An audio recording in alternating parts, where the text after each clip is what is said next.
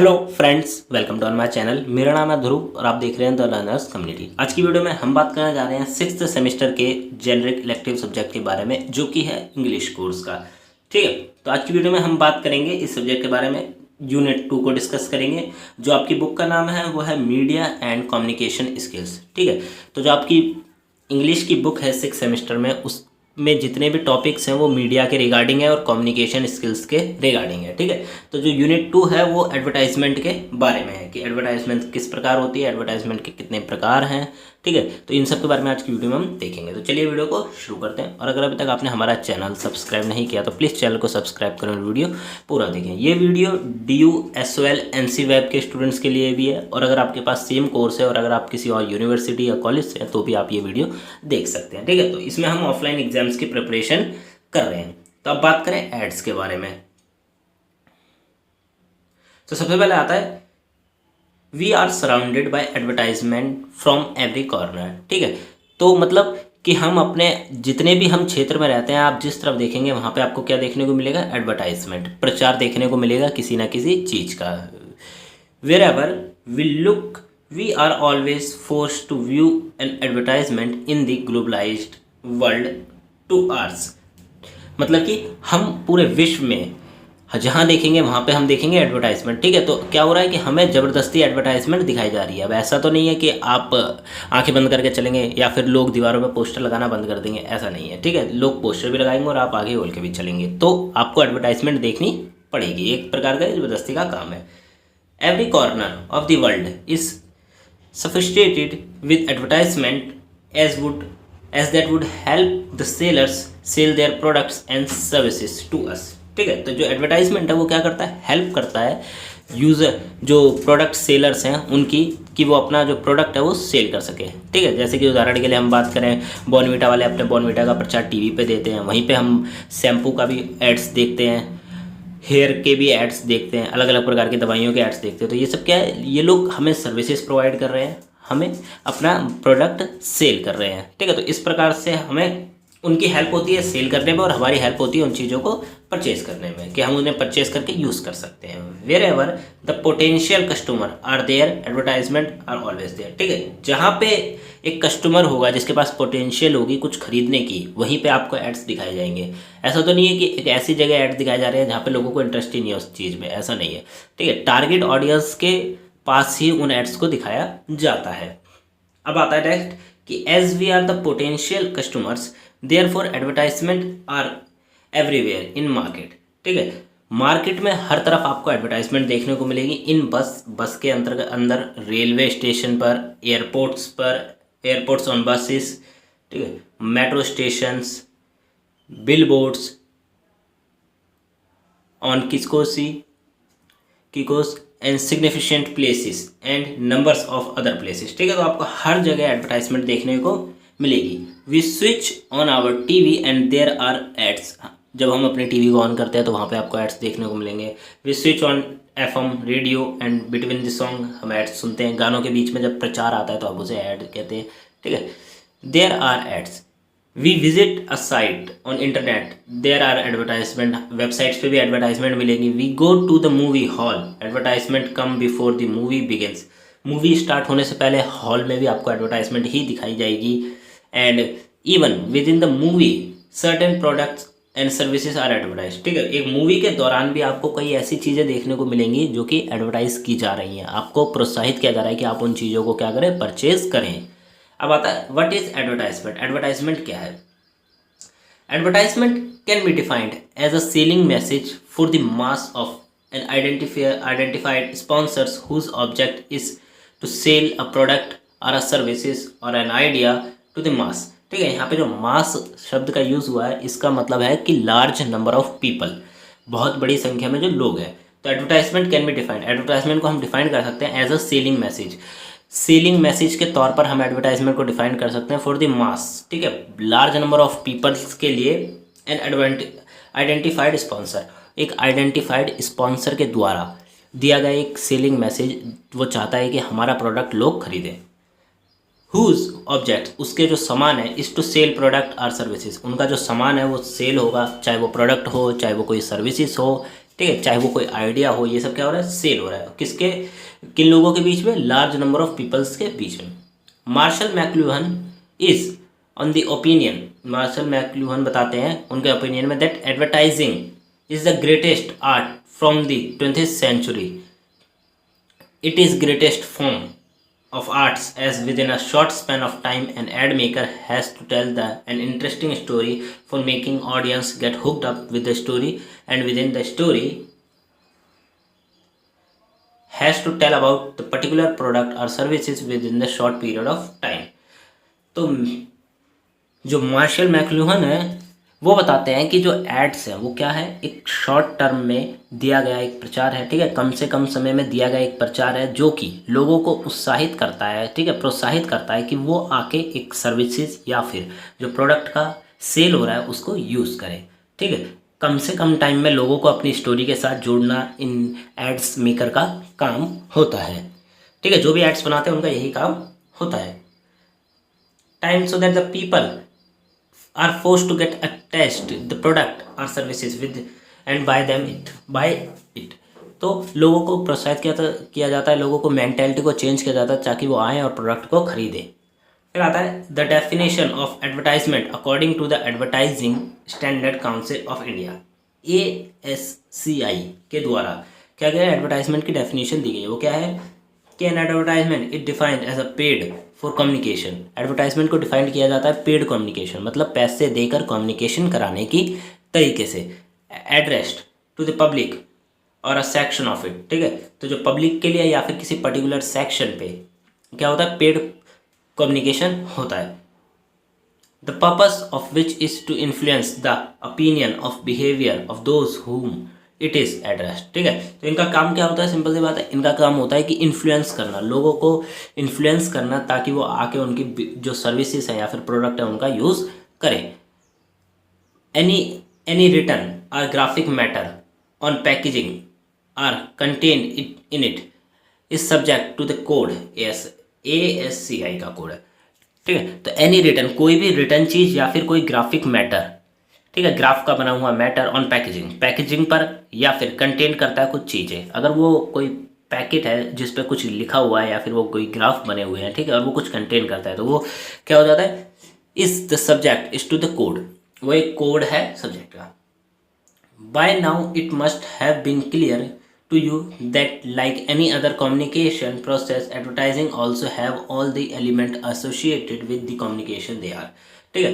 तो क्या है कि कम्युनिकेशन जो एडवर्टाइजिंग है उसके लिए भी उस एडवर्टाइजमेंट को जब हम कम्युनिकेट करते हैं लोगों से एडवर्टाइजमेंट के थ्रू, तो क्या होता है उसके पास अपने सारे एलिमेंट है जिससे कि वो लोगों को क्या कर सके, इन्फ्लुएंस कर सके। वो क्या क्या है वो देखते हैं।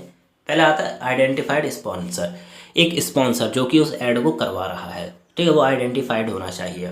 दूसरा टारगेट ऑडियंस, आखिर हम किस ऑडियंस को टारगेट कर रहे हैं, बच्चों को, बूढ़ों को या फिर अडल्ट को, ठीक है, किस प्रकार के ऑडियंस को हम टारगेट कर रहे हैं। एक उदाहरण लेते हैं कि बचपन में बच्चों को अगर बॉर्नवीटा पिलाया जाता है तो जो बॉर्नवीटा कंपनी है उसके टारगेट ऑडियंस सिर्फ बच्चे हैं, ठीक है। वहीं अगर हम बात करें किसी शैम्पू की जो कि बालों के लिए सिर्फ फीमेल्स के लिए बनाया गया है तो उसके टारगेट ऑडियंस क्या है, फीमेल्स, इस प्रकार। फिर आता है द मैसेज एड इटसेल्फ, ठीक है, जो एड में दिया गया मैसेज है, मतलब एड इटसेल्फ, एक मैसेज जो कि एड के थ्रू दिया गया है। The channel, the medium through which the ad is presented to the target audience whether audio visual or only visual, ठीक है। तो एक चैनल, जिस चैनल पर एड को प्रस्तुत किया जाएगा, चैनल लिखित में भी हो सकता है, न्यूज़पेपर के तौर पर हम ले सकते हैं, या फिर टीवी का हो सकता है, या फिर रेडियो का कोई चैनल हो सकता है। फिर आता है फीडबैक। फीडबैक का क्या है कि आपने जो एडवर्टाइजमेंट दिया उसके बाद आपका फीडबैक आया, तो फीडबैक भी एक इंपॉर्टेंट है कि आपको पता चले कि आपके एडवर्टाइजमेंट में कहीं कोई गलती तो नहीं है, कोई ऐसी चीज़ तो नहीं है जिससे कि समाज में कोई प्रॉब्लम्स खड़ी हो जाए, ठीक है, कल्चर में। इस प्रकार की चीज़ों का भी फीडबैक आता है। फिर आता है ओरिजिन ऑफ टर्म एडवर्टाइजिंग, जो एडवर्टाइजिंग टर्म है, शब्द है, उसकी ओरिजिन कहाँ से हुई, पैदाइश कहाँ से हुई। तो the term advertising it is derived from Latin word advertiser, ठीक है। तो एडवर्टाइजर शब्द से क्या बनी है, एडवर्टाइजमेंट बनी है, means turning attention towards specific thing. जो एडवर्टाइजर है उसका शब्द का क्या मतलब है, टर्निंग अटेंशन, लोगों की अटेंशन को गेन करना किसी एक स्पेसिफिक चीज़, किसी एक पर्टिकुलर चीज़ के ऊपर, each product uses a different kind of idea to sell its product. ठीक है, तो जितने भी प्रोडक्ट्स होते हैं वो एक डिफरेंट काइंड का आइडिया यूज़ करते हैं ताकि उनका प्रोडक्ट सेल हो। These days we see that Patanjali product are being advertised with the idea of, ठीक है, तो अभी उदाहरण के लिए देखें कि जो पतंजलि प्रोडक्ट है वो एक आइडिया लेके आया, किसका? स्वदेशी का, मतलब हम स्वयं के देश में बनाएंगे और यहीं पे सेल करेंगे, हम बाहर से कोई सामान नहीं उठाएंगे। तो क्या हुआ, ये स्वदेशी का एक आइडिया बन गया।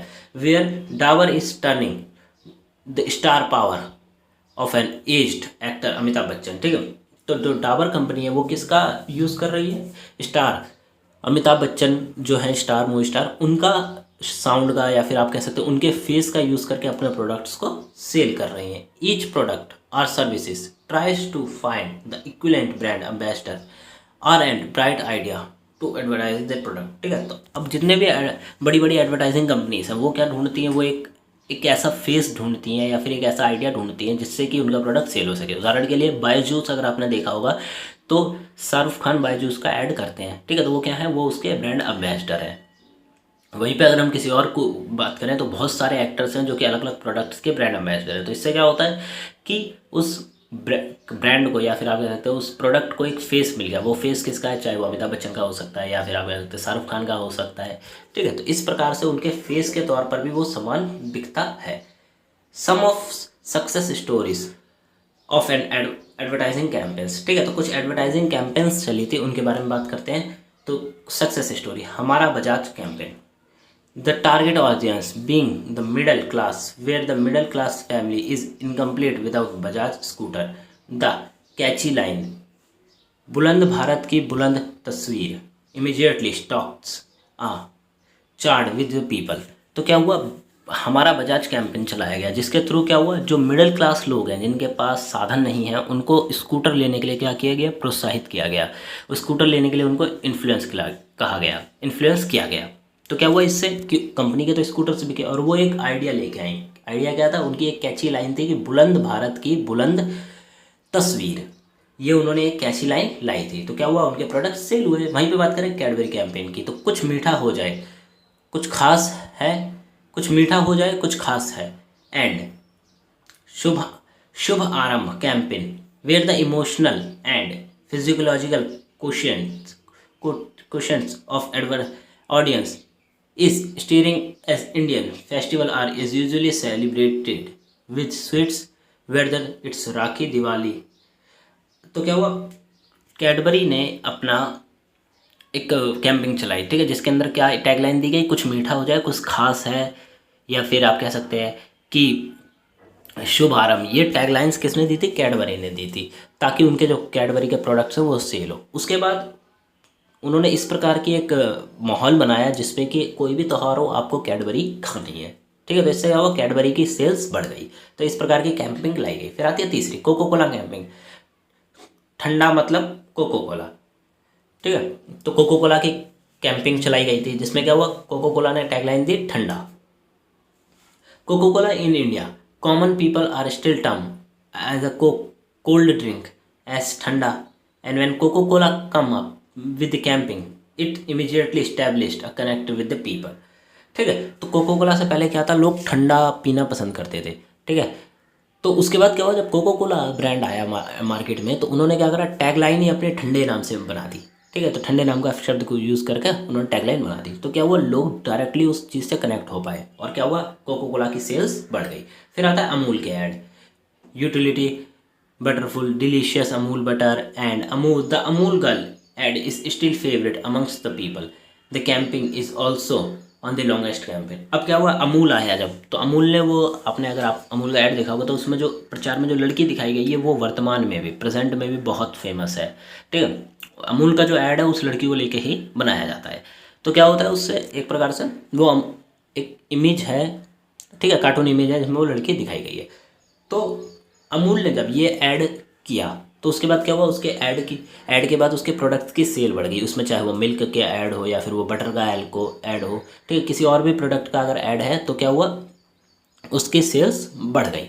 तो ये सबसे ज़्यादा लंबे चलने वाली कैंपिंग्स में से एक है। अब बात करें टाइप ऑफ एड्स की कि कितने प्रकार के एड्स होते हैं। तो प्रिंट में न्यूज़पेपर, मैगजीन और जर्नल्स में आते हैं। ब्रॉडकास्ट की बात करें तो टेलीविज़न और रेडियो पे जो एड्स आते हैं। Outdoor or mural advertising, neon sign boards, stickers, posters, banners, wall painting, posters, vehicle, sky ads. ठीक है, तो क्या हुआ, आउटडोर आर म्यूरल एडवर्टाइजिंग में आती है दीवारों पर लगे पोस्टर्स, स्टिकर्स, या फिर आसमान में आपने देखा होगा कि आसमान से पर्चे बांटे जा रहे हैं किसी चीज़ के ऐड के लिए, तो ये सब किस में आता है, आउटडोर में आता है। फिर आता है डायरेक्ट मेल एडवर्टाइजिंग, लिफिशेंट, pamphlets, booklets, brochures, circulars, business reply cards, catalogs and personal letters. तो ये सब किस में आता है, मेल डायरेक्टली आता है कि आप किसी पर्सनल को डायरेक्टली दे रहे हैं। आपने अपना प्रोडक्ट का एक कार्ड दिया, ठीक है, आपने प्रोडक्ट का एक कैटलॉग दिया, या फिर आप कह सकते हैं आपने उसको डायरेक्टली एक लेटर लिखा, मेल कर दिया, तो क्या हुआ, ये एक प्रोडक्ट की सेल हुई है। फिर आती है इंटरनेट पे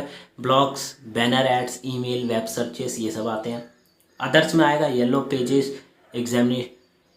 examination and trades, shows, display in window and indicators, tele advertising etcetera. तो ये सब है एडवर्टाइजमेंट के टाइप। तो आपसे कुछ भी पूछा जा सकता है, तो आपको ये सब पता होने चाहिए। अब बात करें पब्लिसिटी एंड एडवर्टाइजिंग की, तो ये काफ़ी इंपॉर्टेंट है। पब्लिसिटी और एडवर्टाइजिंग, आपको लग रहा होगा दोनों सेम है, पर नहीं। पब्लिसिटी और एडवर्टाइजिंग दोनों एक दूसरे से काफ़ी ज़्यादा डिफरेंट है। अब मैं आपको उदाहरण से समझाता हूँ। तो पहले बात करें कि publicity and advertising are form of non personal mass communication meant to create awareness. ठीक है, तो पब्लिसिटी और एडवर्टाइजिंग क्या है, नॉन पर्सनल मास कम्युनिकेशन है, जिसको किस लिए बनाया गया, अवेयरनेस फैलाने, जागरूकता फैलाने के लिए। But they different in terms of money involve in communication process. तो ये दोनों एक दूसरे से काफ़ी अलग है, किसके तौर पर, पैसों के तौर पर। Where advertising is paid from the communication in intending to create awareness about the specific product or services or an idea. तो एडवर्टाइजिंग क्या है, एडवर्टाइजिंग पेड है, आपको पैसा देना पड़ेगा एडवर्टाइजिंग कराने के लिए। ठीक है, चाहे वो किसी प्रोडक्ट की हो, सर्विसेज की हो, या फिर कोई आइडिया हो, तो क्या है, एडवर्टाइजिंग पेड है। वहीं पर बात करें पब्लिसिटी की, publicity is mostly free of charge, as publicity is usually done through grapevine or through an article, editorials और अनाउंसमेंट और फीडबैक आर्टिकल। तो क्या है, पब्लिसिटी जो है वो फ्री ऑफ कॉस्ट है, पब्लिसिटी का कोई पैसा नहीं लगता। ये किसके थ्रू हो सकती है, ग्रैपवाइन के थ्रू हो सकती है, आर्टिकल के थ्रू हो सकती है, एडिटोरियल्स के थ्रू हो सकती है, अनाउंसमेंट कर दी उसके थ्रू पब्लिसिटी हो सकती है। Often comments and photographs by the user and customers in different social media sites and elsewhere also create a publicity।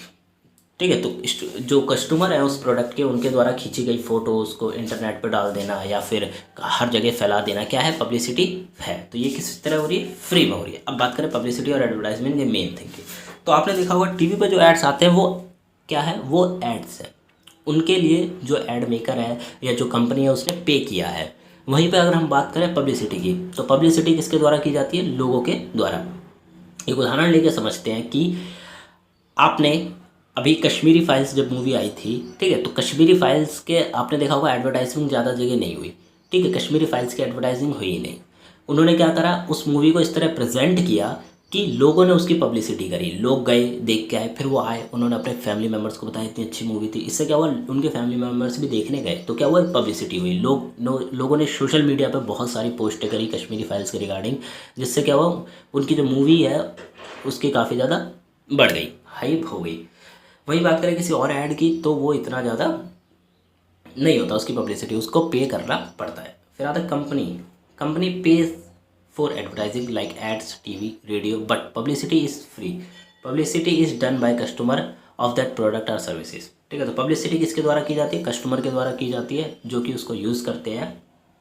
फिर आता है AIDA model, which stands for attention, interest, desire and action model, is an advertising effect model that identifies the stages that an individual goes through during the process of purchasing a product or services। अब बात करें AIDA, काफ़ी important model है। तो AIDA की full form क्या होती है, attention, interest, desire and action, is an advertising effective model. ये एक एडवर्टाइजिंग करने का एक अच्छा इफेक्टिव मॉडल है। दैट आइडेंटिफाइज, ये आइडेंटिफाई करता है किसको, स्टेजेस को, दैट इंडिविजुअल, कोई एक व्यक्ति किसी प्रोडक्ट को किस प्रकार खरीदता है, उसकी मेंटालिटी को समझने के लिए इस प्रकार के मॉडल का यूज़ किया जाता है। And goes through during the process, purchase करते समय जो प्रोसेस होती है उसके बारे में भी ये सारा मॉडल हमें बताता है। A product, the AIDA model is commonly used in digital marketing, sales strategies and public relation campaigns. तो ये जो AIDA मॉडल है इसका यूज़ होता है डिजिटल मार्केटिंग में, सेल्स में की स्ट्रेटजीज में, सेल्स की आप कह सकते हैं तकनीकें बनाना, और पब्लिक रिलेशन कैंपिंग्स में। ठीक है, तो जो कैंपिंग्स चलती हैं उसके लिए भी AIDA मॉडल है इसका यूज़ किया जाता है। ठीक है, तो अटेंशन, लोगों की अटेंशन पाना, लोगों का इंटरेस्ट चेक करना कि उनका इंटरेस्ट आखिर किस प्रोडक्ट में है, उस प्रोडक्ट की हाइप बनाना, फिर उनकी डिज़ायरों को, अगर उनके पास कोई प्रोडक्ट चाहिए और उनको पब्लिक को जो दूसरा प्रोडक्ट चाहिए तो उसके उनके डिज़ायर्स को पूरा करना, और आखिर में एक्शन, काम करना। आपका नेक्स्ट टॉपिक आता है 5 M's। ठीक है, यहाँ पे 5 M की बात करी गई है जिसके थ्रू आप क्या कर सकते हैं, एक एडवर्टाइजमेंट बना के उससे लोगों को दिखा सकते हैं और अपना प्रोडक्ट सेल कर सकते हैं। पहला आता है मिशन, एडवर्टाइजिंग ऑब्जेक्ट, आपको कौन सा ऑब्जेक्ट या फिर प्रोडक्ट है उसको सेल करना है। ठीक है, आपको ये पता होना चाहिए। दूसरा, आपको पूरा बजट तय करना पड़ेगा जो कि M से आता है। तीसरा, message, the core content of M, आपने जो ऐड बनाया है ठीक है उसका मेन आइडिया क्या है। जैसे उदाहरण ले अगर हम बॉर्नविटा का, तो बॉर्नविटा का मेन आइडिया क्या है कि वो बच्चों की ग्रोथ में क्या करता है, हेल्प करता है। उसमें बाकी सारी चीज़ें ऐड में दिखाई गई हैं पर मेन कोर आइडिया क्या है कि वो बच्चों की हेल्थ को लेके कॉन्शियस है। ठीक है, बच्चों की हेल्थ को गेन करने में मदद करता है। फिर वहीं एक प्लेटफॉर्म, आपको कौन से प्लेटफॉर्म पे अपना जो ऐड है उसको चलवाना है, टीवी, रेडियो, हर किसी पे बात कर सकते हैं। मेजरमेंट, इवेल्युएटिंग इम्पैक्ट, अब आपको क्या करना है, इम्पैक्ट देखना है कि आपके एड्स आने के बाद उसका इम्पैक्ट क्या पड़ा, आपको इम्पैक्ट को भी मेज़र करना है। फिर आता है कुछ चीज़ें आती हैं कि जो इम्पोर्टेंट है हमें वो देखनी है। कि पहले स्टेप में बात करें, जो अगर आप ऐड बनाते हैं ठीक है तो आपको अपने को जो प्रोडक्ट सेल करना है उसके कुछ अब कह सकते हैं स्टेजेस है, स्टेप्स हैं। ठीक है, उनको फॉलो करना जरूरी है। तो पहला है, first step involves knowing your target audience in a term with the following. ठीक है, तो सबसे पहले आपको क्या करना है, पहले स्टेप में आपकी जो टारगेट ऑडियंस है उसको अपनी तरफ खींचना है। तो वो किस तरह होगा, spending platform, spending pattern, which product are they likely to spend. अब आपको ये पता करना है कि लोग किस प्रोडक्ट पे पैसा खर्च करना चाहते हैं। Media usage pattern, what form of mass media are the most likely to use and what is the time it is। फिर आपको ये देखना है कि आप जो सोशल मीडिया कब सबसे ज़्यादा यूज़ की जाती है, लोगों को किस प्रोडक्ट पे सबसे ज़्यादा खर्च करना पसंद है और पूरे दिन में लोग कब उस प्रोडक्ट पे समय देते हैं। ठीक है, एक उदाहरण की बात करें कि लोग सबसे ज़्यादा अपना जो ऑनलाइन चीज़ें मंगाने का सामान है वो हो सकता है रात को फ्री होकर देखें। ठीक है, तो उस समय आपको क्या करना है, ज़्यादा से ज़्यादा एड्स को प्रस्तुत करना है। फिर आता है frequency appeal, how many times will the advertisement have to be repeated before it leads the actual buying. ठीक है, तो फिर आपको ये क्या करना है, फ्रीक्वेंसी अपील, मतलब आपको कंटिन्यूअसली समय के साथ साथ अपने एड्स को चलवाना है ताकि लोगों के दिमाग में वो एड्स आता है कि आपके हाथ से भी वो प्रोडक्ट मिल सकता है। ठीक है, अब उदाहरण की बात करें कि सर्दियों में जो विंटर वेयर्स होते हैं उनका एड्स बहुत ज़्यादा होता है। ठीक है, तो आपने देखा होगा टीवी पे कि जब भी प्रचार आएगा उसमें आपको 1 से 2 विंटर वेयर्स अलग अलग ब्रांड के देखने को मिल जाएगी। तो इससे क्या होता है, लोग उन्हीं विंटर वेयर्स को खरीदने के लिए उत्साहित हो जाते हैं। ड्यूरेशन ऑफ कैंपिंग, जो कैंपिंग है उसका ड्यूरेशन क्या है, based on specific like academic calendars, sessional and validity etcetera. ठीक है, तो आपको अपनी जो कैंपिंग है उसकी वैलिडिटी सेट करनी पड़ेगी कि आप कब तक चलेंगे। ठीक है, कैलेंडर के तौर पर या फिर सेशन पूरे एक सीज़न के तौर पर, इस प्रकार से। फिर सेकंड स्टेप आता है eternals, development of the message keeping the following mind. तो आपको क्या करना है, एक मैसेज तरह का लोगों को दिमाग में भरना है। फिर देखिए incorporation of educative and motivational aspects that promote positive action buying. अब क्या लोगों के दिमाग में आपको एक प्रकार का मोटिवेशनल एस्पेक्ट्स को डालना है। ठीक है, पॉजिटिव एक्शन को डालना है ताकि वो क्या करें, आपका प्रोडक्ट बाय करें। Ensuring comparison understandability of message along with the believability and easy recall value. ठीक है, तो आपको क्या करना है, लोगों सेकंड स्टेप में आपको लोगों के दिमाग में इस प्रकार की चीज़ें को भरना है, मोटिवेशनल डालना है ताकि लोग उस चीज़ को खरीदने पे उत्साहित हो जाए। उदाहरण की बात करें कि विंटर वेयर्स की, तो सर्दी में आपको इस प्रकार से दिखाया जाता है ऐड में कि बहुत ज़्यादा सर्दी पड़ रही है, और अगर आपने वो वाला विंटर वेयर पहने हैं तो आपको सर्दी नहीं लगी। तो क्या हुआ, लोगों के दिमाग में मेंटालिटी बन गई कि हाँ ये ठीक है, ये वाला सर्दी से हमें बचाता है, तो लोग क्या करते हैं, उस प्रोडक्ट को खरीदने के लिए जाते हैं। तो इससे क्या होता है, लोगों के दिमाग में एक मेंटालिटी बन गई, मोटिवेशन आ गई। थर्ड स्टेप आता है involves creating and appealing advertisement copy. अब आपको क्या करना है, इन्वॉल्व करना है, एडवर्टाइजमेंट को क्रिएट करना है और अपीलिंग करना है। तो appropriate appeals should be built into ads so that the key can influence the feeling emotions of target audience। तो अब आपको क्या करना है, बिल्कुल अप्रोप्रिएट अपील्स करनी है, should be built in into app. आपके एड्स में आपको इस प्रकार से अपील करनी है कि लोग आपका प्रोडक्ट खरीदें, ठीक है, उनकी फीलिंग्स, उनके इमोशंस को टच करना है, ताकि ऑडियंस, जो टारगेट ऑडियंस है, वो आपका प्रोडक्ट खरीद सके। Some general features of effective advertisement are brevity, use of simple language for slogan, text, attractive colour schemes and font, catchy purchases and engaging situations. तो अब आपको कुछ इस प्रकार के सिंपल चीज़ों को यूज़ करना है जिससे कि जो कस्टमर है उसको आपका ऐड बहुत अच्छे से समझ आए। जैसे कि एक सिंपल सी लैंग्वेज, एक अच्छा सा फॉन्ट, टेक्स्ट, एक स्लोगन जो कि आपके ऐड में दिखाई देगा, तो जिससे क्या होगा, लोगों को आपका प्रोडक्ट खरीदने में आसानी होगी और उनको आपका प्रोडक्ट और अच्छे से पसंद आएगा। The message should have some retention value, they must be easy to memorise. ठीक है, तो कुछ ऐसे मैसेजेस आपको अपने एड्स में देने हैं ताकि लोगों के दिमाग में वो मैसेजेस भर जाएं।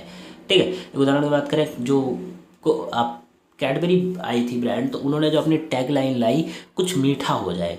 ठीक है, तो इससे क्या हुआ, लोगों के दिमाग में एक, आप कह सकते हैं, मेंटेलिटी बन गई कि अगर कुछ मीठा खाना है तो कैडबरी क्यों ना खा ले। ठीक है, इस प्रकार की मेंटेलिटी बन जाती है क्योंकि लोगों को पता चल जाता है, लोग गिफ्ट देने लगते हैं, दिवाली के दिन कैडबरी दे के आते हैं अपने रिलेटिव्स में। तो इससे क्या होता है, कैडबरी की सेल्स बढ़ी, उसने एक ऐसी टैगलाइन दी जो कि लोगों के दिमाग में बैठ गई थी। ठीक है, तो ये है आपका यूनिट 2 का फर्स्ट पार्ट। सेकंड पार्ट जल्दी आएगा, उसके नोट्स पे भी वर्किंग चल रहा है। सेकंड पार्ट में कुछ लॉस के बारे में बात किया गया है, ठीक है, लॉ रूल्स के बारे में बात किया है, तो वो हम सेकंड पार्ट में बात करेंगे। अगर आपको इस वीडियो में कुछ भी ऐसा पॉइंट है जो समझ में नहीं आया तो आप हमसे कमेंट बॉक्स में पूछ सकते हैं, हम आपकी मदद वहाँ जरूर करेंगे। अदरवाइज आप हमसे टेलीग्राम पे भी पूछ सकते हैं, लिंक डिस्क्रिप्शन बॉक्स में दिया गया है। वीडियो अच्छी लगी तो वीडियो को लाइक करें, चैनल को सब्सक्राइब करें। मिलते हैं अगली वीडियो में। Thanks for visiting on my channel guys.